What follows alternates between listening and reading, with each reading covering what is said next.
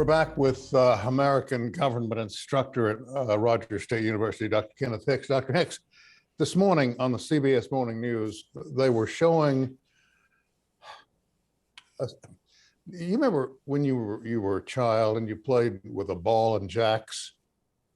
Yes. Remember the little games? Yes. And you remember how the jacks looked? Mm-hmm. They were deploying these things that were chained together that looked like larger jacks, but not by much, and explained that these would stop a tank dead in its tracks. Then they had a larger model of those that would knock out the trucks. I don't think the Russian army counted on that. Probably not. What you're referring to are what in ancient or medieval warfare were called caltrops. They would be spread along roadways to hobble cavalry advances and things like that. And they have the same effect on tanks and armored vehicles. If you gum up the works of these of the tracks of a tank, or obviously if you burst the tires of an armored personnel carrier or anything that's not a tracked vehicle, then it can slow them down. They're also creating their own problems because, as Omar Bradley used to say, amateurs discuss strategy, professionals discuss logistics. Modern warfare is about feeding a fire. You have to have personnel in place that can fire, and then you have to be able to to relieve them and resupply them. And if you're not able to do those things, and if you can't keep your vehicles fueled, a tank is no good if it can't move. It's basically just a target, and there are too many weapons on a modern battlefield that even that a well-equipped infantry soldier has that can take a tank out, and that's why in military strategy you oftentimes talk about coordination. You have to have close air support. You have to have infantry support of armored columns in order. You have to be able to move in an integrated manner. And the Russians have not done that to this point. Now, as Voltaire said, God favors the big battalions, and Russia has bigger battalions. They will eventually win, I fear. I hate to say that. But at the end of the day also, they're liable to learn something that America's military learned, which is that as easy as it may be to capture, it is hard to hold territory in modern warfare when populations are not prepared to accept you. That's right, and the French proved that in World War II. I have a question for you. You may not have an answer for, and all I can do is guess at it. How are we and our allies managing to supply the folks with arms and ammunition with the Ruskies all around them? How are we getting them through? Well, Ukraine has borders with Poland. They also have borders with Romania. Now, Romania has said they're not interested in, and I think Hungary as well also is fairly close. They have those countries other than Poland have basically said we don't want any part of this. I suspect that's likely to change. The sheer intensity of anti-Russian sentiment right now may actually get them off the fence. But I suspect we're going to be able to airdrop supplies in. I suspect that there are, poorly guarded mountain passes and things like that where we can get, equipment in. Part of the problem again that the Russians are discovering is that if they try to go off-road with their armor and their heavy vehicles, they simply can't do it because it has not been that cold. There's a lot of, it's been very wet, and so that's a recipe for a quagmire. So they're kind of stuck on roads, and that's again part of the reason why their advance has been slowed. They didn't read much about Napoleon's history, did they? Probably not. Again, I don't think that Putin tolerates people that have opinions different than his own, and I don't think that there's anyone in his inner circle that's prepared to speak truth to power. I'm curious to know. and I've seen some of the numbers, and I know you have too, of the different countries that are taking in refugees um, from Ukraine. Mm-hmm. It's a heartbreaking situation. Yes. There was a woman on this morning on NBC and on CBS later that she and her husband managed to get 2 newborns out of Ukraine across the border into Poland. They walked all the way.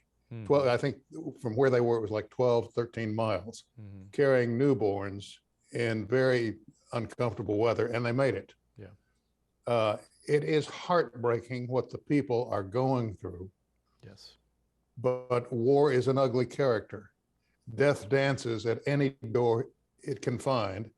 And certainly Vladimir Putin is supporting the dance of death anywhere and everywhere he could. And it seems to me like, and I'm no expert, but it seems to me like there's, somebody left a potato out of the bin here, because I don't know if the man's playing with a full deck. Do you have any reading on that?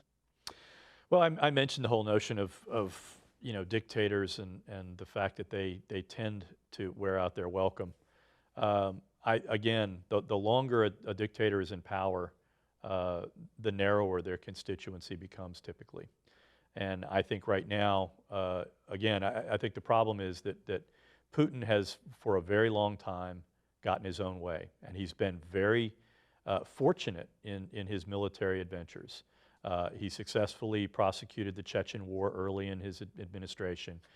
He invaded Georgia, which again, how badly the Russian military behaved there led to him feeling the need that he needed to reform it, to reform the military. And then again in 2014, they successfully annexed the Crimean Peninsula from the Ukraine, and basically fomented a civil war in eastern provinces in Ukraine. Basically, it was a matter of Putin arming and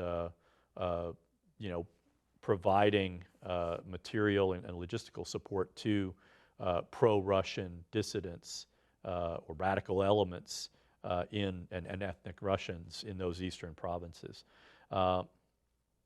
So again, he's been very fortunate, but I think the problem is, I think it was Clausewitz described warfare as rolling the iron dice. Sometimes you come up snake eyes, and that's always the challenge, and it's always the problem for a dictator, because when you lose a war, you are exposing vulnerabilities. Your people are not going to be happy, and you are creating a certain amount of humiliation that is felt nationally. And so I think, and in this case, internationally. Absolutely, yeah, absolutely. Well, quick question. We have, what is it, Amendment 25? If for some reason the President of the United States becomes incapacitated, he can either voluntarily step aside or be removed, and the Vice President would step in. Mm-hmm. Does Russia have such a plan in place? Is there anyone that can take Putin out within the government of Russia? I'm not aware of anything in their constitution, but I'm not a close reader of the Russian constitution. I doubt that Vladimir Putin is either. He doesn't strike me as somebody that feels himself constrained by the written word. And so, to me, I think the only scenario I could see where he would leave power or have power taken from him would be if the military or the intelligence services, if key elements of those two institutions within Russia were to decide that keeping him on is simply no longer in their interests. I don't see that happening in the near term. Right now, I would say, I would have said a year ago or 2 years ago that Vladimir Putin has an iron grip on power in Russia. But again, dictatorships are often more brittle than you would think. They're more fragile than they appear from the outside. I mean, for a generation, we thought of the Soviet Union as this implacable foe, and then all of a sudden, in 1991, Russia, the Soviet Union literally ceased to exist And the wall came down. in 1989. Yeah, in '89, and still, I know a fellow that's got 2 pieces of that wall Wow. on his mantle. And I've warned him, keep an eye on it, because I'm going to get one of them before this is all said and done. We have about a minute and a half to 2 minutes. What is your assessment? And I'm putting you out on a limb here, but what's your assessment about the future of this war? Will it end with total defeat?